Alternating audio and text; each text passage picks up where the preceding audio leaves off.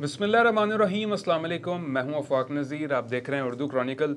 नाज़रीन, गुज़िश्ता कुछ सालों से हमारे कल्चर को ख़राब करने और पीस ऑफ माइंड को डिस्टर्ब करने वाली जो मनफी रिवायात वायरल हुई हैं, उनमें नौजवानों के हाथों में प्लास्टिक के बाजों की एक मनफी रिवायत भी है, जो हर साल की तरह परवान चढ़ती जा रही है।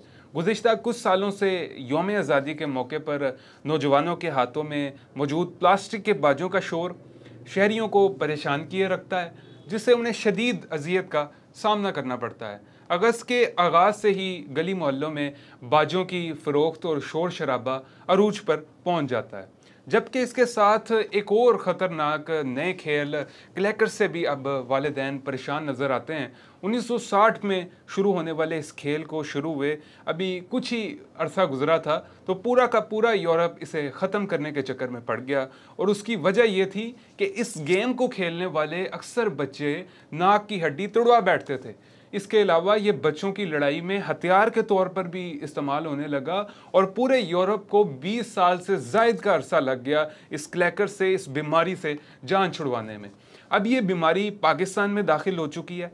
कराची से शुरू होकर तकरीबन पूरे पाकिस्तान के गली मोहल्लों तक पहुंच चुकी है। हमारे यहाँ पहले ही बहुत शोर पाया जाता है माहौल में, और हमारी कुव्वत समात मज़ीद शोर बर्दाश्त नहीं कर सकती।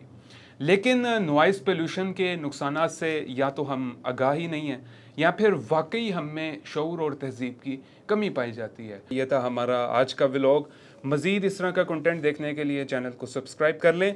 उर्दू क्रॉनिकल टीम के साथ अपने होस्ट अफाक नज़ीर को इजाज़त दीजिए। अल्लाह हाफ़िज़।